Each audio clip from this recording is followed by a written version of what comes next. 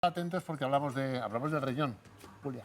Pues sí, vamos a hablar del riñón porque además este mes de junio, concretamente el tercer jueves de junio, pues se celebra el Día Mundial del Riñón y este año además con un lema que es muestra algo de amor a tus riñones. Hoy hemos invitado al doctor Luis Álvarez, él es urólogo en el Hospital Quirón de Toledo. Bienvenido, doctor, ¿cómo estás? Muchas gracias. Doctor Álvarez, ¿no nos puede quitar el fresco? Creo que también es muy bueno para nuestros riñones estar ahí Sí, desde bebiendo luego. agua con los vecinos. No, eso no se puede quitar, no se puede prohibir. No es lo podemos imposible. prohibir. Esto es recomendación de nuestros médicos. Facultativa. Totalmente. Bueno, doctor, vamos a hablar del cáncer de riñón.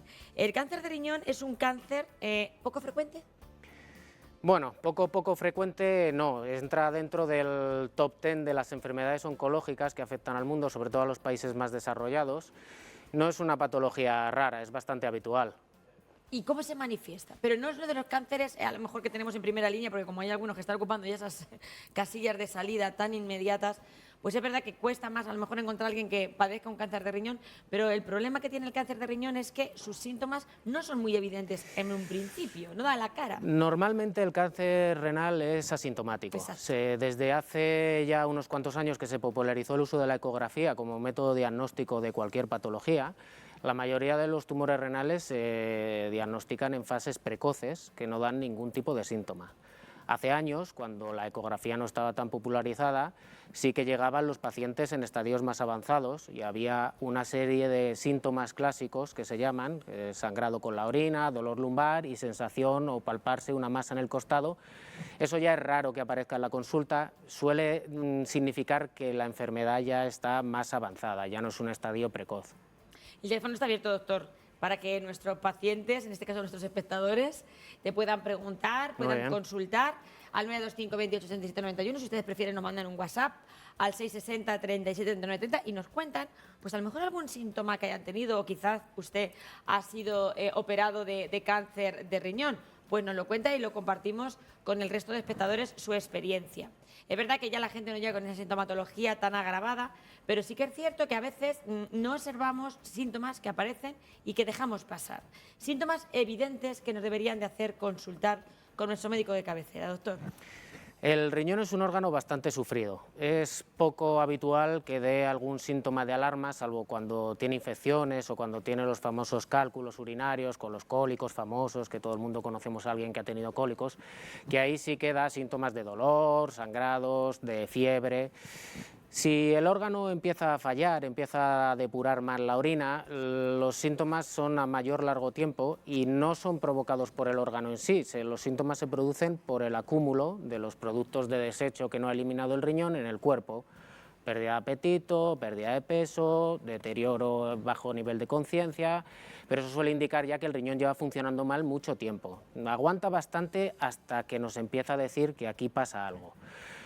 Y como ya os he comentado, el carcinoma renal habitualmente no da ninguna sintomatología. ¿Y por qué aparece un carcinoma en el riñón? ¿Cuáles son las causas? ¿Hay alguna causa? ¿Aparece por qué? Bueno, eso es bastante complicado. Sabemos que hay patologías que sí que van a ser personas que padecen esta patología pueden tener más tendencia a padecer un cáncer de riñón, pero hay otros factores que tampoco. Hay factores de riesgo, no es como otra enfermedad oncológica que están más determinados. Los estudios se han hecho, pueden apuntar a que hay determinados factores de riesgo que pueden ayudar a que aparezca el carcinoma renal.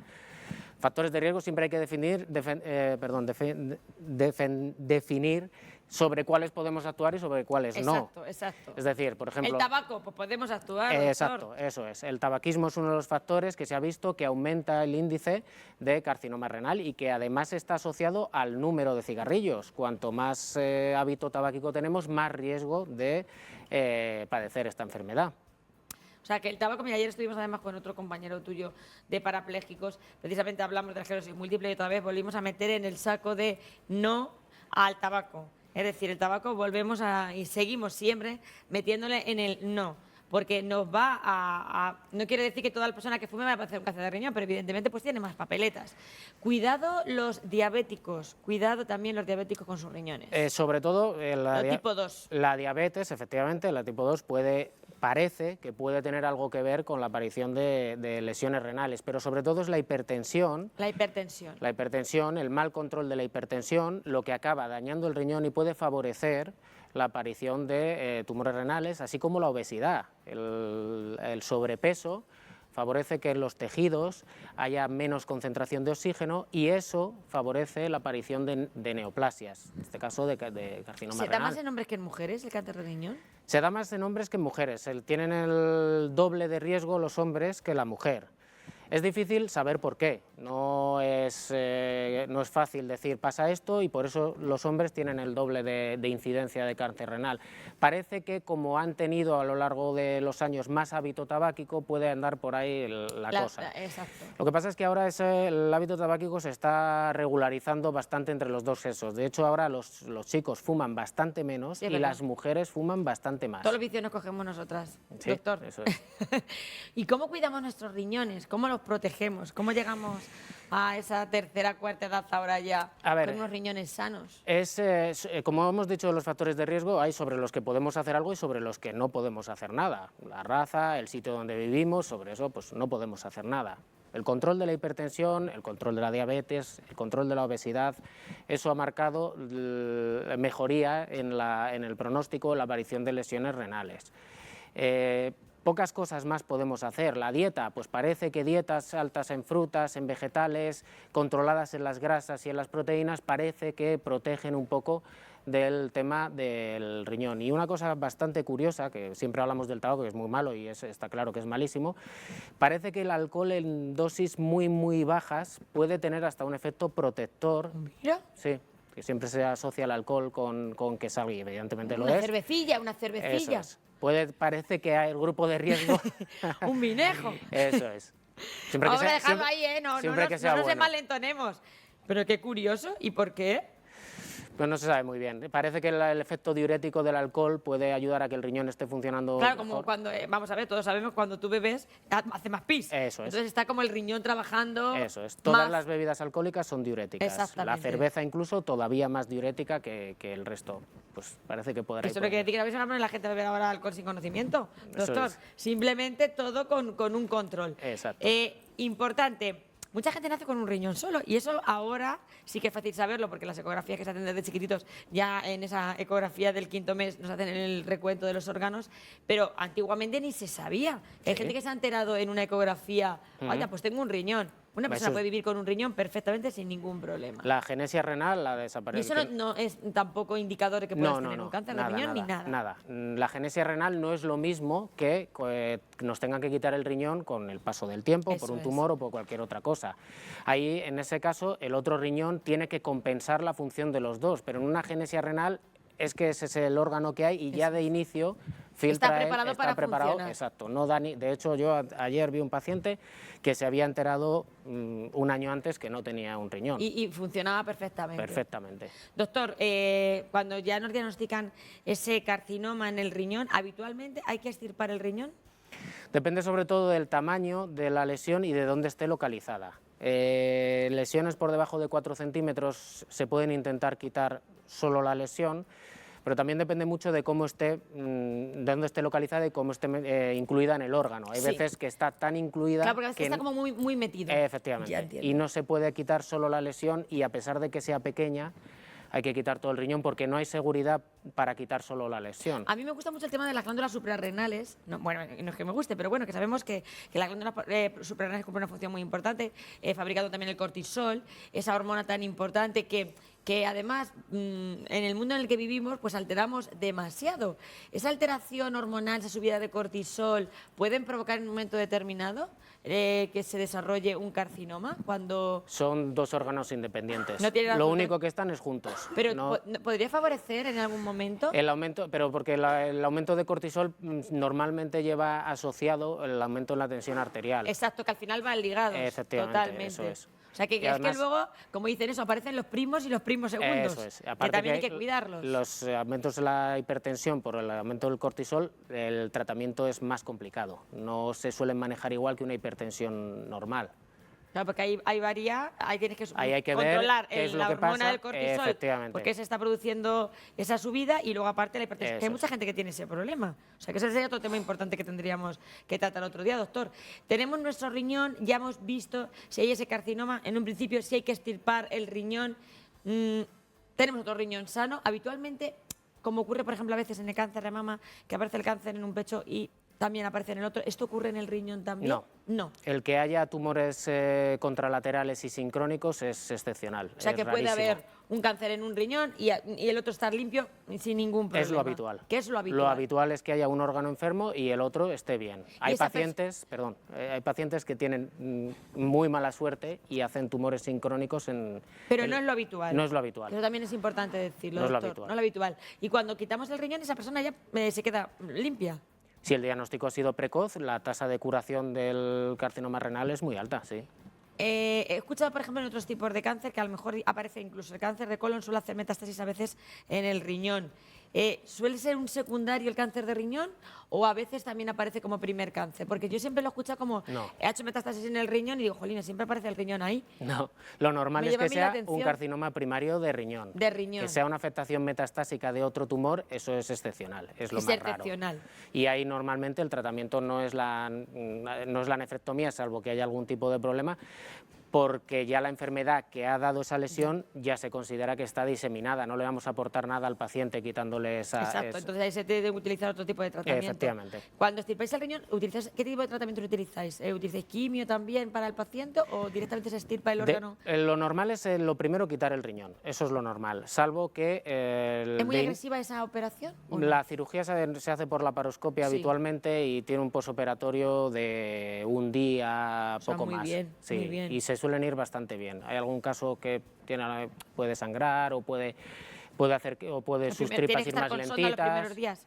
¿O ni siquiera? El primer día y Sola. al día ¿Y ya siguiente después? se suele quitar. Se suele quitar. Y luego ya después el recibir un tratamiento de radio y quimio, ¿de qué depende, doctor? De la anatomía patológica. De la anatomía cuando nos patológica, del nombre Efectivamente. del carcinoma. Y de la extensión sobre todo. Si es una enfermedad localizada, normalmente, aunque a muchos pacientes cuando la estirpe es agresiva, las mandamos al oncólogo para que le controle también, pero normalmente si la enfermedad está localizada, muchas veces no suele ser necesario nada más. Antes has hablado de una dieta rica en frutas, en verduras, ingerir una cantidad de líquidos adecuada, que siempre nos hacemos un lío con el agua. Que hay veces que hay gente que bebe muchísima agua, doctor, y gente que no bebe nada de agua. Lo normal... Ahora que estamos en pleno mes de junio con estas altas temperaturas que ya nos ha hecho nuestra compañera del tiempo, ¿cómo tenemos qué cantidad de líquidos tenemos que beber al día? La ingesta hídrica, como muy bien dices, hay que adecuarla al calor y a la actividad física. Lo habitual, 1,5 litros, 2 litros de agua suele ser suficiente. En todo el día. En todo el día. Que la gente que se bebe 1 litro ya, no, ¿cuándo se levanta? Sí, hay gente que tiene una ingesta desmedida de agua que tiene muchísimos riesgos. Desmedida, me encanta que digas esa palabra. Desmedida, es que yo veo a la gente que se bebe las botellas de agua y me llama la atención, porque yo, mi capacidad de beber agua es que es bastante más limitada, entonces yo digo, si es que a mí no me entra tanta agua. La ingesta de agua también va mucho con lo que acostumbremos al cuerpo. Exacto. Si es muy difícil que una persona que no beba nada de agua, el día siguiente se beba 5 litros. Eso es complicado porque la sensación de saciedad del agua enseguida va a aparecer. Pero si igual que para arriba que para abajo acostumbramos al cuerpo a determinadas cantidades de agua, pues al final él se va adecuando a trabajar con ese líquido. Exacto. ¿Y qué pasa si bebemos más agua de la cuenta? Díselo a todos los que se beben 3 o 4 litros, que es que hay muchos, Bueno, ¿eh? 3 o 4 litros no pasa nada. Pero hay gente que bebe mucha agua. Hay gente que bebe mucha agua, sí, y bueno, lo primero que le va a pasar es que evidentemente va a tener que ir a orinar con más frecuencia, Exacto, eso está eso claro, va a que empezar. además muchos lo asumen, que beben más agua y por eso tienen que ir más al baño, pero en ingestas muy altas, por encima de los 6-7 litros, hay riesgo real de que se altere la composición de la sangre con los iones y eso puede llevar a trastornos y a problemas graves. Sí. Sí.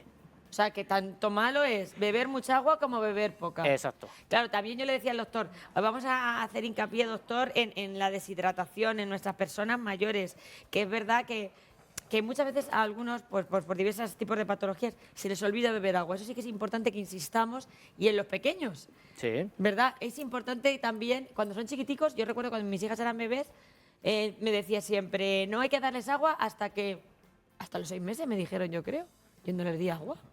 No, eso ya no tengo ni idea. No, de lo porque que me llamó a mí la atención y yo decía, ¿cómo no van a beber agua? Porque a lo mejor la cogían en otros alimentos, en la leche y Hombre, todo eso. claro, sí, sí. Pero en las personas mayores, ¿cómo tenemos que actuar para que tengan esa cantidad de agua correcta? Porque se deshidratan muy rápido.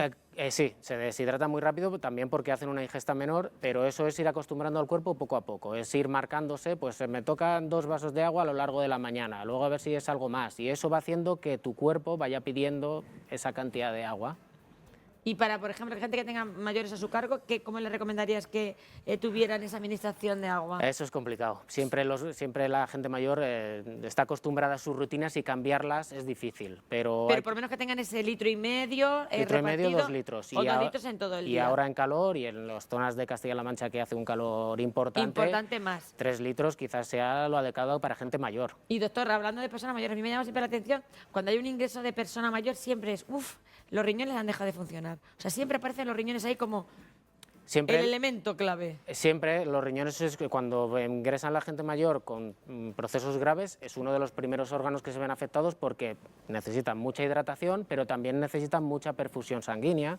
Entonces, en infecciones de gente mayor, la sangre deja de ir a los órganos periféricos y se centra en ir a la zona central, y entonces los riñones, al perder esa perfusión, pueden dejar de funcionar, aunque sea momentáneamente, y cuando se resuelve la situación, pueden volver a empezar.